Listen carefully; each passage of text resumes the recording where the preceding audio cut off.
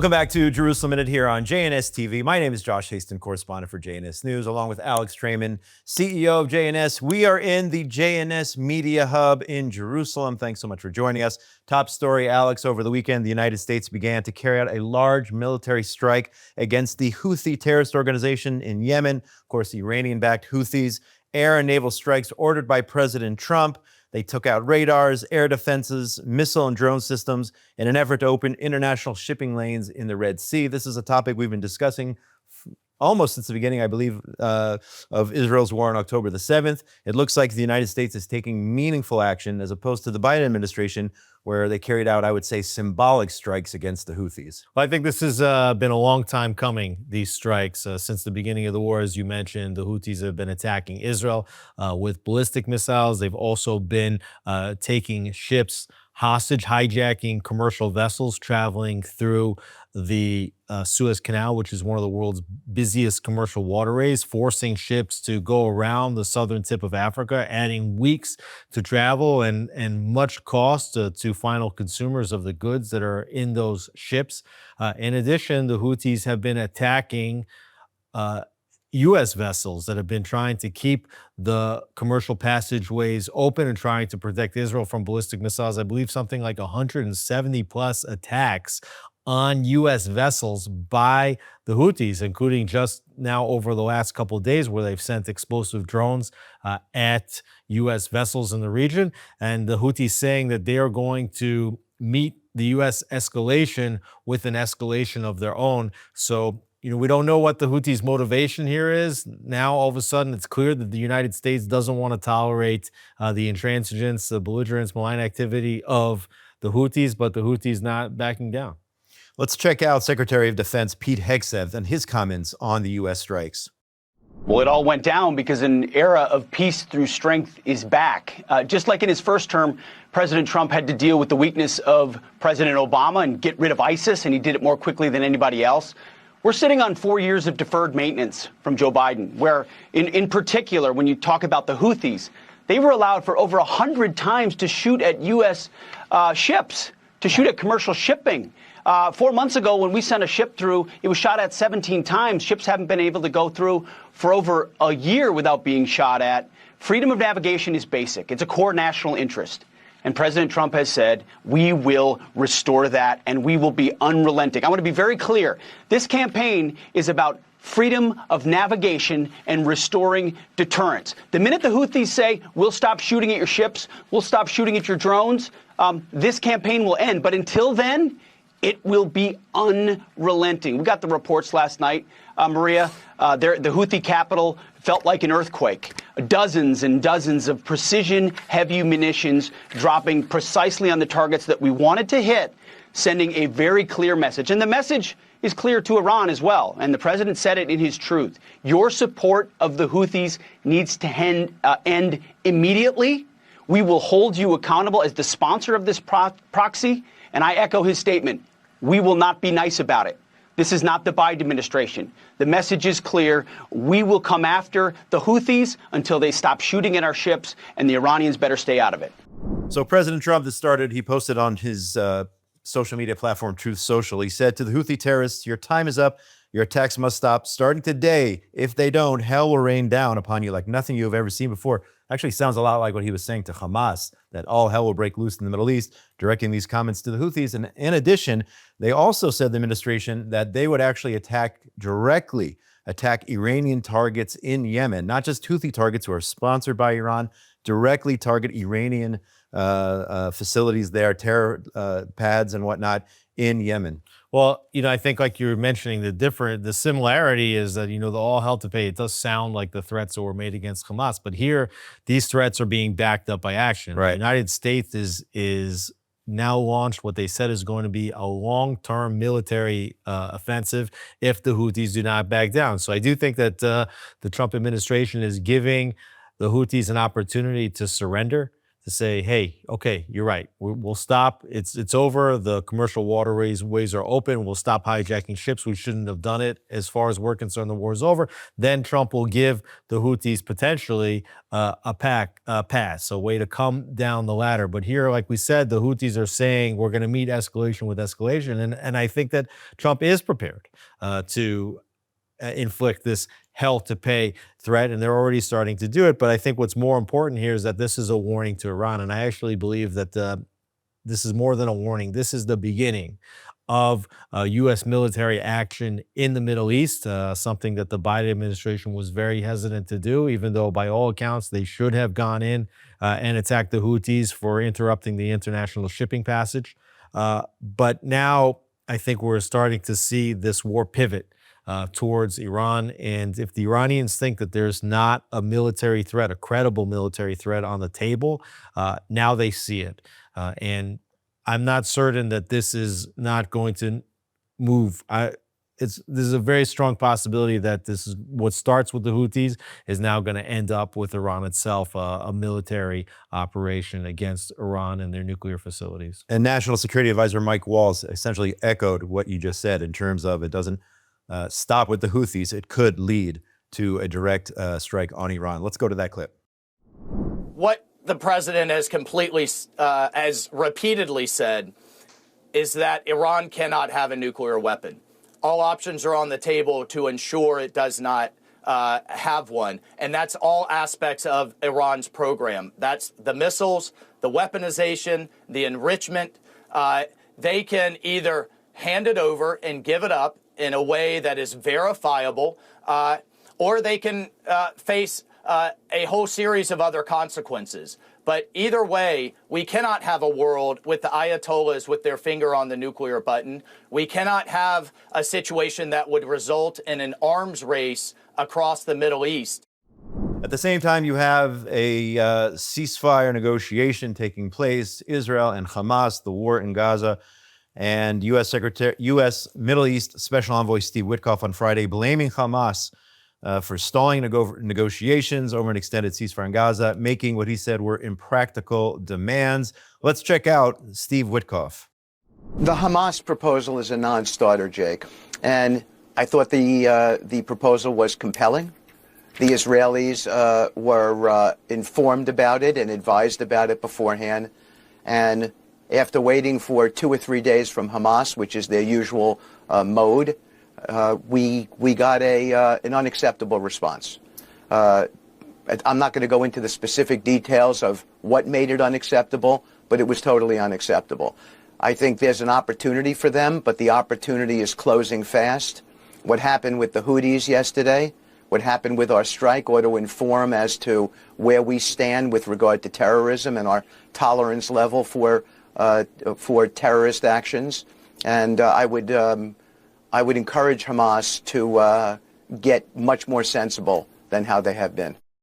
So Witkoff says here that Hamas has chosen to respond by publicly claiming that they're going to be flexible while privately making demands that are entirely impractical without a permanent ceasefire. The Prime Minister of the State of Israel, Netanyahu, accusing Hamas of more psychological warfare, holding on to our hostages, not willing to get to a point where the Israeli hostages will come home, not wanting to restart talks. I mean, Hamas essentially basically wants the war to end. They want Israeli troops to pull out. Israel is determined to make sure that doesn't happen, that Gaza can no longer be a threat to the state of Israel. That's where we are right now. Well, this is coming after a few different episodes. Number one was Hamas offering to release one American, Eden Alexander, and then 4 bodies of hostages as a continuation of the previous phase of hostage release, which is now expired. Both the United States and Israel rejected that. Witkoff putting something on the table, which we might see 11 living hostages being released now. I believe this is 50% of what Israel believes to be approximately 22 to 24 living hostages remaining in Gaza. Not clear if Hamas is going to accept these types of terms of the deal.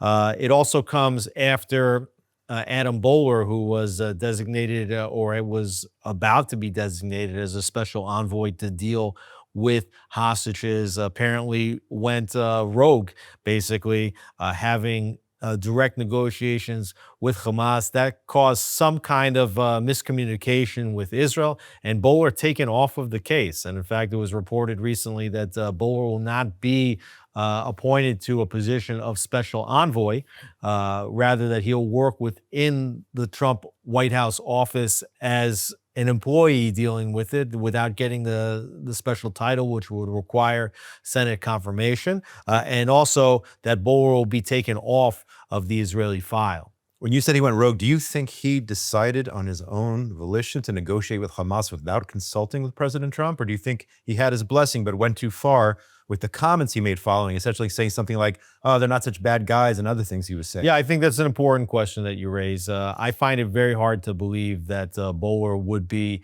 operating without the knowledge of Steve Witkoff or the president. He was reporting directly to the president on this. Certainly, it does seem as though he started talking to Hamas without full coordination with Israel. This definitely threw Israel for a bit of a loop. Israel and the United States, they feel it's very important that they're on the exact same page. I know that Ron Dermer, who's the Minister of Strategic Affairs, a member of the War Cabinet, and the Prime Minister felt particularly comfortable at this stage working with Steve Witkoff. So they didn't understand why all of a sudden there was another negotiator coming from the United States.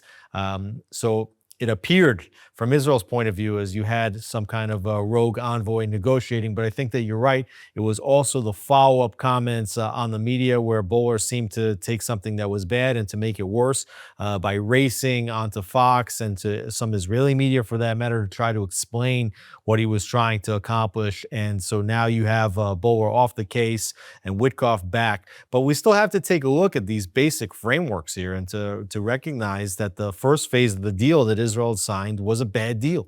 You know, we talked about releasing something like 1,900 security prisoners and terrorists in exchange for, you know, a relatively little number of hostages in exchange, you know, something where you're talking like anywhere is up to 30 terrorists in exchange for a singular hostage, and also a period of extended ceasefire, right? And we have to wonder, like, how much time are we going to give Hamas to regroup themselves, to secure, fasten their position? And what is Israel losing during this time? And we see that the momentum in the war has been lost.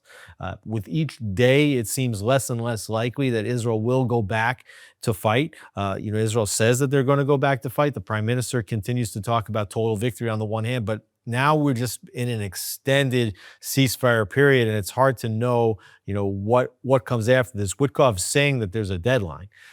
So we have to watch and see, you know, if there's going to be, like Trump said before, all hell to pay if the deadline passes, or if we get close to the deadline and then Hamas extends, because, you know, for them, they're trying to extend time as long as they can. Every minute, it really seems to help them. It seems from the other perspective that every minute lost may be an impediment in Israel's way. Yeah, Hamas trying to stay afloat down there, trying to maintain their stranglehold over Gaza.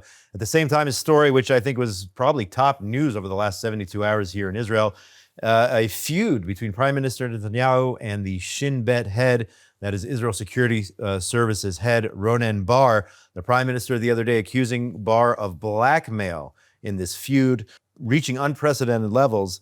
The allegation, part of a statement issued by Prime Minister Netanyahu in response to an interview given by Barr's predecessor, Nadav Argaman, who claimed to be sitting on a trove of information that would compromise the Prime Minister and threaten to make it public if Netanyahu breaks the law. So we got to break down this very, I would say, complicated issue, but this is top billing here, and also has to do with the war, has to do with the Shin Bet and the failures which led up to the war. And now you have Netanyahu saying, I am being blackmailed by Israel's security forces. So let's try to break this down. Yeah, I think this is a very complicated but important story. And when you talk about this ceasefire deal beforehand, you know, putting the war on pause is allowing Israel now the unfortunate opportunity to get back to the place where they were the summer before October 7th. We recall that the prime minister wanted to advance judicial reforms, noting that the Supreme Court in Israel, the legal system, which also includes the Attorney General, Gali Barav Mi'ara, have outsized power compared to almost any other democracy in the world, for that matter. Certainly much more power than the Supreme Court or the Attorney General have in the United States. And when Netanyahu tried to advance judicial reforms, what did he see? He saw that the opposition, the intelligence agencies, the media, the university systems, the labor unions, the hospitals, the legal fraternity, all of them colluded basically to bring hundreds of thousands of Israelis into the street and threatened to shut down the society. And what Netanyahu saw through all of this is that the elected parliament and the executive branches of government are not as strong as this embedded deep state, these bureaucracies in Israel, which are unelected and which are ideologically aligned. The left wing controls all of these institutions in the country. And when they get together, even though the country has voted almost consecutively for right-wing governments over the last several years, and certainly this last government, the first time where you have a completely majority right-of-center government, and not to mention that there's even some right-wing parties that are anti-Netanyahu in the opposition. So you have a right-wing country electing a right-wing government, and Netanyahu learning that the right wing is not that strong if the left wing are the ones controlling the institutions. So here, now we're starting to see this bubble over into the intelligence agencies, where throughout the war, Netanyahu has been, working along a path that he sought to have total victory in Gaza, and yet the same forces that organized these protests in Israel against judicial reforms in the summer, they immediately latched on to the hostage forum. Now, it's important to note, of course, that during the first period of the war, that Netanyahu was operating while President Biden and his administration were in office. That administration was in the early parts of the war, and we were talking about this many months ago, consistently trying to put pressure on Netanyahu to get him out of office. Now, as these hostage negotiations were taking place, so who did the Biden administration want to be working with in terms of the negotiations? They wanted to be operating with the security establishment. They wanted to be operating with the Israeli intelligence establishment, because those establishments were more aligned with the Biden administration. Now enter President Trump. It's a new era. It's a new age. It's a new phase in the way the war is conducted. Netanyahu has a much better working relationship with the Trump administration than he did with the Biden administration. And he doesn't want anymore to have Ronen Bar, the head of the Shabak, the security service here, undermining his position in the negotiations together as this is being negotiated with Steve Witkoff. And there's been a lot of disagreements over this period. And so the prime minister wants to now replace Ronen Bar as the head of the Internal Security Service. Let me just read that statement. It says, Prime Minister Netanyahu says, due to this continuing lack of confidence that he has in Ronen Bar, I've decided to submit a draft decision to the government this week on concluding the service of the director of the ISA, that being the Shin Bet, Ronen Bar. So it looks like he wants to essentially fire him. Right. He wants to fire Bar, and it's not a secret. And he's wanted to fire Bar for a while, and it's been in the rumor mill in Israel for the last several weeks that the prime minister intended to fire Ronen Bar. And we've seen that Herzi Halevi, who was the chief of staff of the Israeli military, he resigned, and we're starting to see now the resignations of those at the top of the security and the intelligence agencies, and Bar should be one of those. And the prime minister is trying to push that along a little bit. Now he has a new chief of staff in Eyal Zamir, and he wants a new head of the security services that he can now pivot to what the next phase of the war is going to look like. And so the second he puts on the table that this is what he wants done, you have Nadav Argaman, who was the former head of the Shin Bet, basically going on to an interview at the end of last week, stating that he has information on Netanyahu that Netanyahu doesn't want out there, and that if the prime minister will act in ways that Argaman thinks contradict the law, or basically what he means is if he starts to initiate proceedings to fire the security chief here, the head of the Shin Bet, that he will release that information. So you're seeing for the first time a this public spat where you have former heads and even current heads of the security establishment threatening the prime minister, basically saying that the only ones that are going to pick the replacement head if Ronen Bar steps down is Ronen Bar himself, that he's going to be able to crown his successor. Netanyahu obviously doesn't want that. He wants somebody that he feels that he can work with. And while the prime minister is basically stating that the head of the security agency needs to report back to the prime minister needs to have the trust of the person running the security agencies. But that's not what the security agencies are saying. They're saying that no, they don't believe in the work that the prime minister is trying to do, and they're trying to protect the integrity of their agency. And so they specifically want somebody at the head that doesn't want to work with Netanyahu. They want somebody that's going to foil or attempt to foil Netanyahu's carrying out of the war. So now what you have is this tension between Netanyahu and all of the deep state really rising to the surface. It's been known, and people on this station, including Carolyn Glick, who's now working in the prime minister's office, have talked about this extensively. Gadi Taub writing about it on JNS, something that we're dealing with. You have a new program here, Basic Law, with Ilana Meisel, who's talking about this. But now we're really seeing it come to light. And I think that transparency here is really, really important. If I'm the prime minister of Israel, I'm not only saying that Argaman, the former head of the Shin Bet, is trying to blackmail the prime minister. I mean, you can make that point, but I think the prime minister should be saying, hey, whatever information you have about me, let's bring it to the surface. At the same time, the prime minister should be bringing whatever information about Ronen Bar and the security services and how they've been thwarting negotiations and how they've been trying to prevent Netanyahu and the IDF from achieving a total victory in this war. I think all of that needs to come to light, and I think that it needs to be front and center for the people to decide.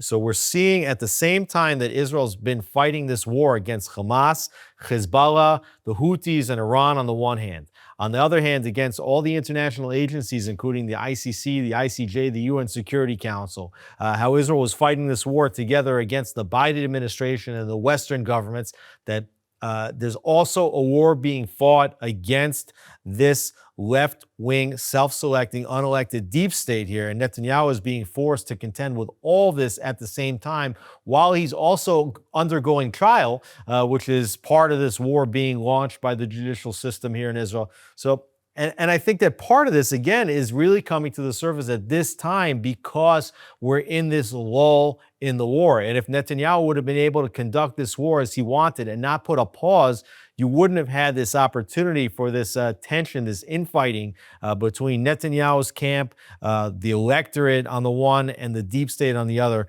coming to the surface. All very complicated and all very fresh in terms of these latest revelations here. So stay tuned to JNS for all the latest. I mean, we're just getting started here. Right, and at the same time, we saw last week that Yariv Levin, who's the head of the Justice Ministry in Israel, he wanted to initiate proceedings to fire the Attorney General, Gali Bar of Miara, right? So this is like this second component.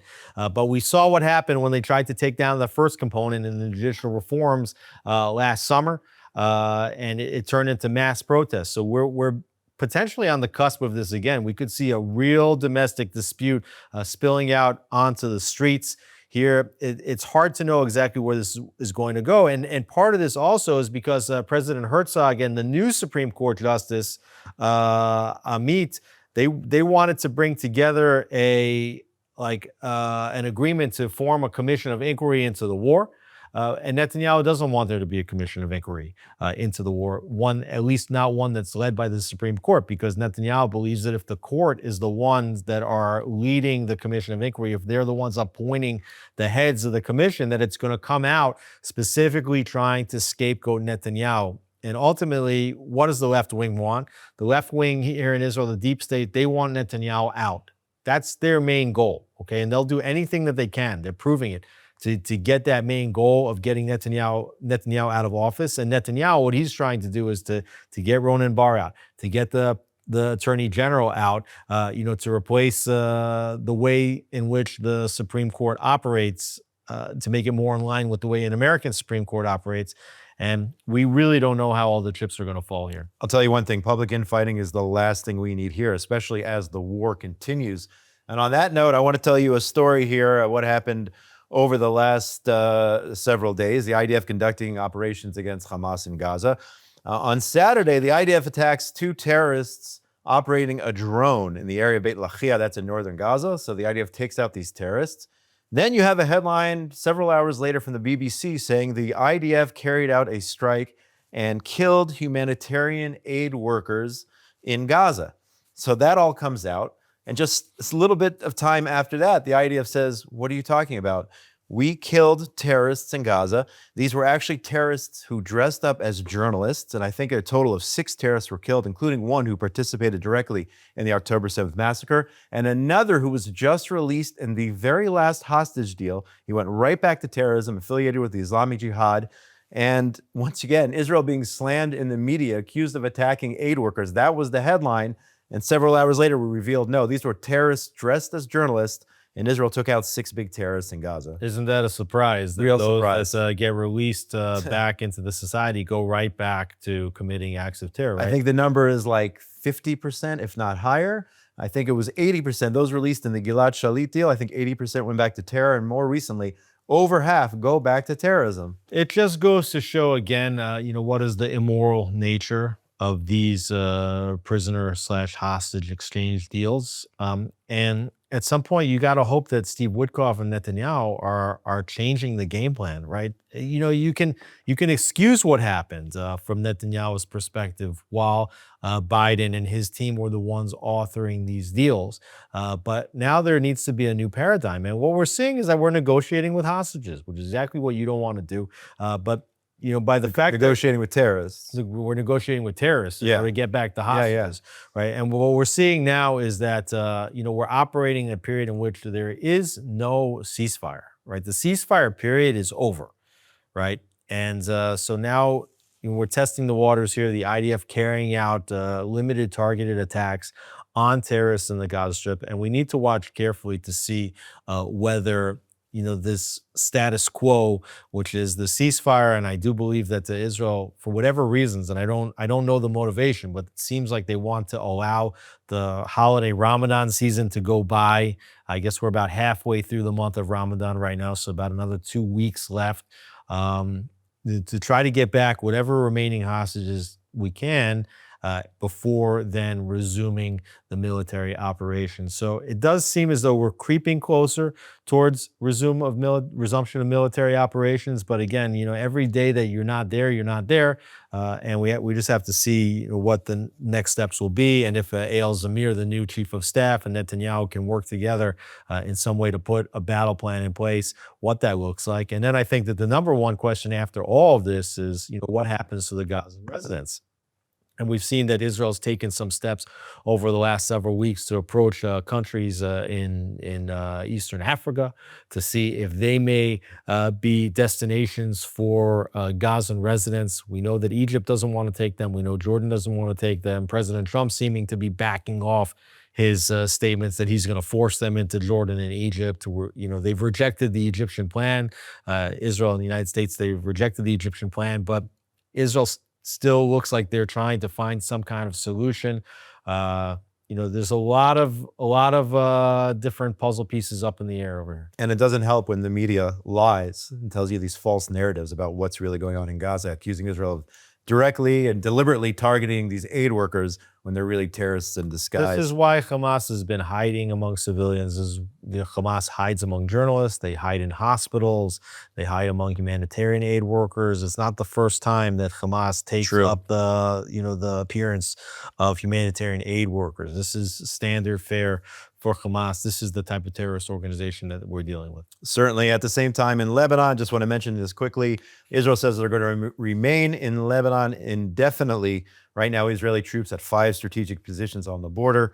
And even though there are these talks now about delineating perhaps a border and coming to some sort of agreement with the new Lebanese government, right now, Israel, according to the defense minister, Katz, we're not going anywhere. We're staying in Lebanon indefinitely. And I don't understand what's the motivation for Israel right now to be entering into negotiations with Lebanon, like a permanent status negotiations. As far as I can see, the Lebanese army has not been the ones keeping any peace in Lebanon. It's at this point, Hezbollah is deterred. They've been deterred because of the fierceness of Israeli attacks, taking out their top leadership, including Hassan Nasrallah, and including taking out their mid-level leadership through the beeper exercise and the walkie-talkies, which exploded, and pushing Hezbollah back north of, for the most part, of the Litani River, and going almost house to house and taking away the weapon storages and the rocket launchers that were in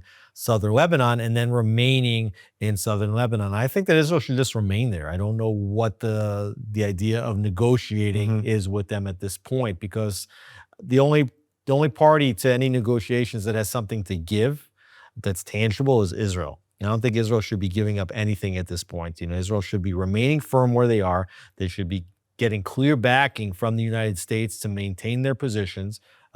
Israel has nothing to apologize, for in this war. It was Hezbollah that, from October 8th, who's been launching attacks on Israel. Israel preferred for Hezbollah to stay out of it, and gave many, many opportunities, even after the initial firing, for Hezbollah to come down their ladder to stop the attacks against Israel. But they relented. They continued to fire, and Israel had no choice but to go in and to push Hezbollah back. Israel should remain in southern Lebanon as long as they need. They should not be negotiating with anybody. Quite the opposite. The Lebanese and others should be begging Israel for anything that they need, and not the other way around. At the same time, Israel continuing with airstrikes in Damascus, targeting the Islamic Jihad group there. Remember, you have this al-Julani.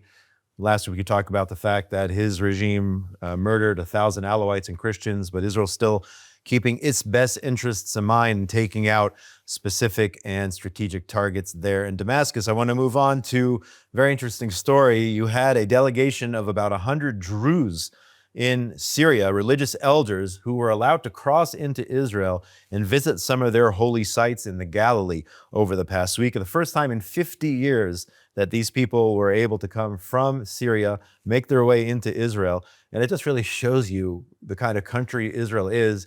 We mentioned it before, but the fact that Israel's willing to make accommodations for Druze to come from Syria into Israel, worship at their holy sites, go back all peacefully, all quiet. Just another sign of Israel being just a source of peace and stability throughout Israel, throughout the Middle East and the entire world. It's just a fascinating story, seeing the images of these Druze visiting with family members and paying respects and visiting their religious sites here in Israel. Well, we basically see that there's two disparate camps emerging in the Middle East. There's those that think that Israel's the problem, right? They're ones causing every issue in the entire region. And then there's those that understand that the Jewish people are back in their homeland and that they're actually part of the solution and not the problem. What Israel's done is it's drawn out who the enemies of stability are. And that's Iran. That's this the Shiite crescent that they've formed, which included Hezbollah and the Houthis, and then the Muslim Brotherhood and their affiliated organizations, including Hamas, which then Hamas went and aligned with this Shiite militia groups, even though they're not really religiously similar.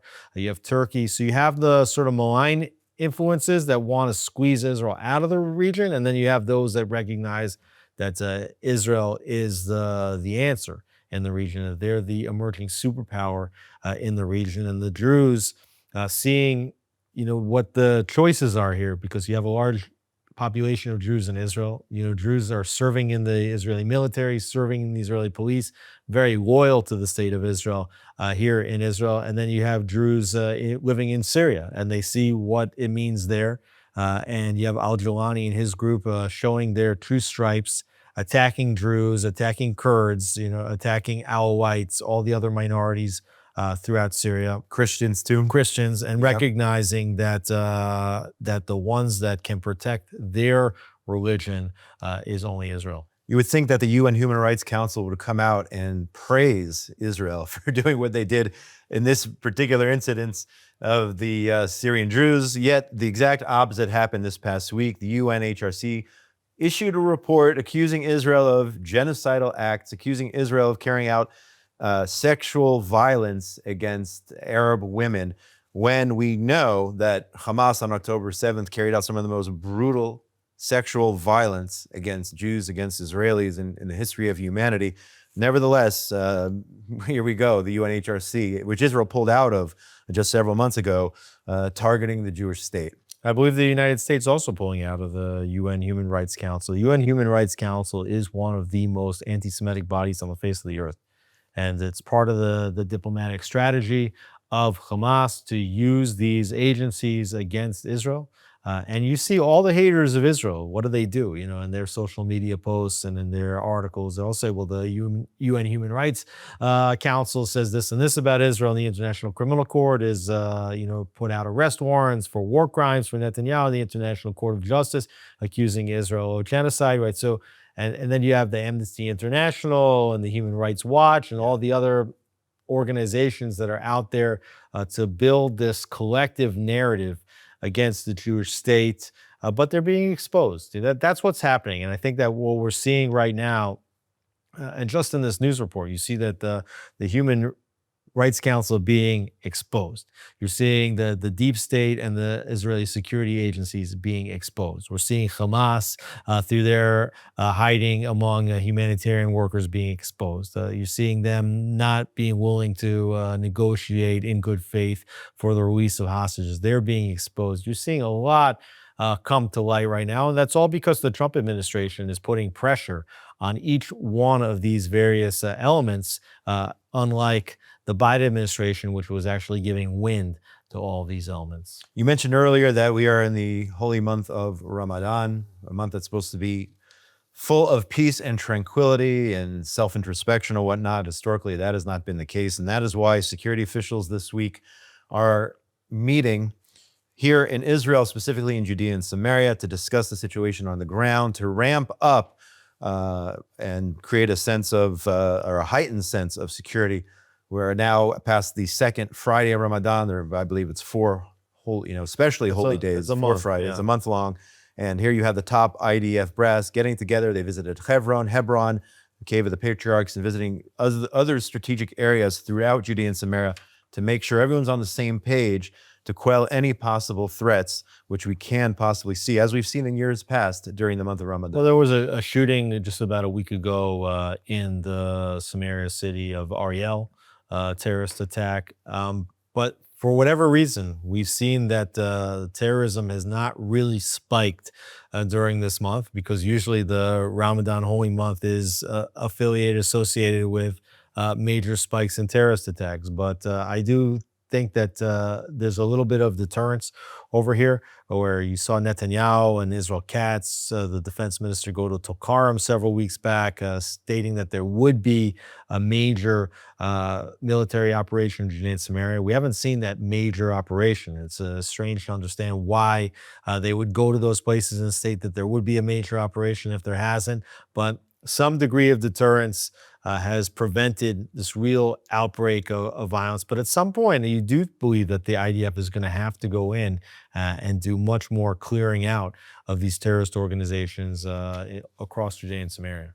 We're almost out of time, but one last report here reflecting on the situation at Columbia University. We know that one student was already arrested. I'm talking about those big protests, pro-Hamas, anti-Jewish, anti-Semitic protests. That already took place, and now federal agents arrested a second Columbia University student who originally was from Israel, Judea and Samaria, lived under the PA, from what I understand, who the government said was previously arrested for taking part in pro-Hamas protests. You had a third student who decided she was going to self-deport. He or she was going to self-deport, according to the U.S. Department of Homeland Security.